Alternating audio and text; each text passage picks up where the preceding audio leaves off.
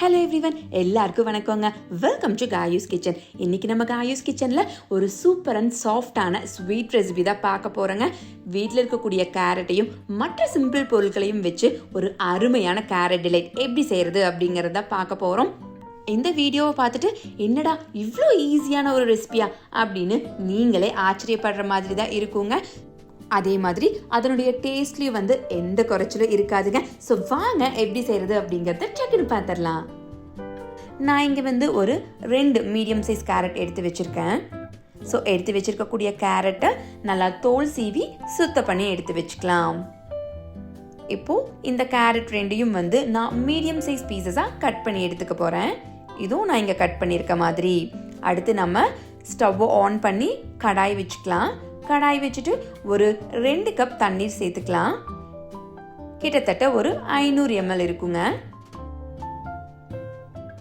நாம கட் பண்ணி வச்சிருக்கோம் இல்லையா கேரட், அதை நாம தண்ணீர்ல சேர்த்துக்க போறோம்.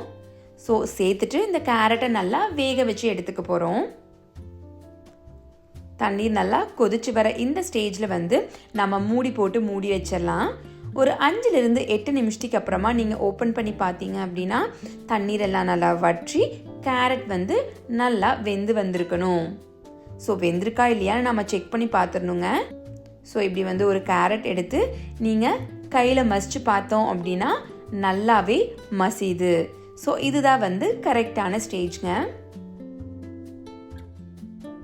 அடுத்து நாம் வேக வச்சிருக்கக்கூடிய கேரட்டை ஒரு மிக்ஸி ஜாரில் சேர்த்துட்டு கூடவே ஒரு கப் அளவு சர்க்கரை சேர்த்துக்க போகிறோம். சர்க்கரை ஒரு 150 கிராம் இருக்கும். கூடவே ஒரு 1/2 கப் கார்ன்ஃப்ளவர் மாவு. சர்க்கரை எந்த கப்பில் அளந்தீங்களோ அதுலேயே 1/2 கப் கார்ன்ஃப்ளவர் மாவு, கூடவே ஒரு 1/4 கப் தண்ணீர் சேர்த்துட்டு இதை நல்லா ஃபைன் பேஸ்ட்டாக அரைச்சி எடுத்துகிட்டு வந்துக்கலாம். எவ்வளோ ஃபைனாக அரைச்சிக்க முடியுமோ அந்த அளவுக்கு நம்ம ஃபைனாக அரைச்சி எடுத்து வச்சுருக்கோம். அடுத்து நம்ம ஸ்டவ் ஆன் பண்ணி கடாய் வச்சுட்டு நம்ம அரைச்சி வச்சுருக்கோம் இல்லைங்களா அந்த மிக்சர், அதை நம்ம கடாயில் சேர்த்துக்க போகிறோம்.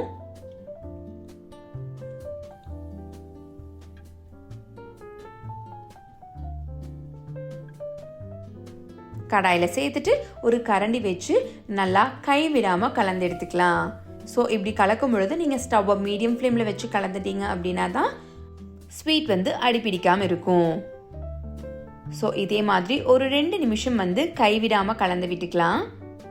ஒரு 2 நிமிஷத்துக்கு அப்புறமா நாம் ஒரு 1/4 டீஸ்பூன் ரோஸ் எசன்ஸ் சேர்த்துக்கலாம். ரோஸ் எசன்ஸ் ஆப்ஷனல் தாங்க. ஸோ உங்களுக்கு வேணும்னா சேர்த்துக்கலாம், இல்லைன்னா ஸ்கிப் பண்ணிக்கலாம். சேர்த்ததுக்கு அப்புறமா அதையும் நான் நல்லா கலந்து விட்டுக்கிறேன். நல்லா கலந்து விட்டுட்டே இருந்தீங்க அப்படின்னா ஒரு ஸ்டேஜில் உங்களுக்கு அல்வா பதத்துக்கு கிடைக்கும். இங்கே நம்ம கார்ன்ஃப்ளவர் மாவு சேர்த்துருக்கங்காட்டி நமக்கு சீக்கிரமாகவே கெட்டி ஆயிடும். இங்கே பாருங்க இப்போ எவ்வளோ கெட்டி ஆயிடுச்சுன்னு. இது கரெக்டான கன்சிஸ்டன்சி. ஸோ இந்த ஸ்டேஜில் நீங்கள் ஸ்டவ்வை ஆஃப் பண்ணிடலாம்.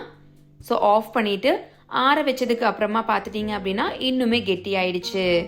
ஸோ நான் இது மாதிரி ஸ்பூன் வச்சு ஒரு ஸ்கூப் எடுத்து நல்லா ஒரு உருண்டையாக பிடிச்சிக்கிறேங்க. ஸோ இப்படி ஸ்பூன் வச்சு எடுக்கும் பொழுது நமக்கு எல்லா ஸ்வீட்டும் ஈக்குவலான சைஸ் கிடைக்கும். உருண்டை பிடிச்சிட்டு இப்படி உள்ளங்கையில் வச்சு நல்லா உருட்டி எடுத்துக்கலாங்க. ஸோ உள்ளங்கையில் வச்சு உருட்டி எடுக்கும் பொழுது கையில் ஒட்டாமல் இருக்கிறதுக்காக நீங்கள் எண்ணெய் நெய் கூட தடவிக்கலாம். திருப்பி உள்ளங்கையில் வச்சுட்டு இப்படி 2 சைடும் லைட்டாக அழுத்த கொடுத்துக்கலாம்.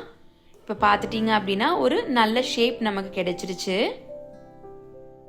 கடைசியாக இதை டெக்கரேட் பண்ணுறதுக்காக நாம் இதை டெசிகேட்டட் கோகோனட்குள்ளே டிப் பண்ணி எடுத்துக்கலாம்.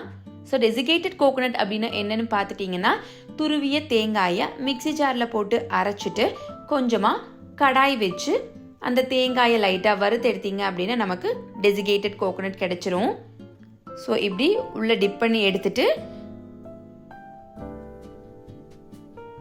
மேலே டெக்கரேஷனுக்காக மறுபடியும் கொஞ்சம் ஸ்வீட்ஸ் அண்ட் நட்ஸ் போட்டிங்க அப்படின்னா நமக்கு ரொம்பவே சாஃப்டான டேஸ்டியான கேரட் ஜெலட் ஜம்முன்னு ரெடி ஆயிடுச்சுங்க. நான் மீதம் இருக்கக்கூடிய ஸ்வீட்ஸ் எல்லாத்தையுமே வந்து அதே மாதிரி கோகனட்டில் டெசிகேட் பண்ணி எடுத்து வச்சாச்சுங்க. ஸோ இதை வந்து உங்கள் குழந்தைகளுக்கு இல்லைனா வீட்டில் இருக்கிறவங்களுக்கு பெரியவங்களுக்கு கொடுத்தீங்க அப்படின்னா கண்டிப்பாக திரும்ப திரும்ப கேட்பாங்க, உங்களுக்கு கண்டிப்பாக பிடிக்குங்க. ஸோ நீங்களும் உங்கள் வீட்டில் ட்ரை பண்ணி பார்த்துட்டு எப்படி இருக்குது அப்படிங்கிறத மறக்காமல் நம்ம கமெண்ட் செக்ஷனில் சொல்லிடுங்க. அதே மாதிரி நம்ம சேனலையும் மறக்காமல் லைக் அண்ட் சப்ஸ்கிரைப் பண்ணிக்கோங்க. Thank you every one.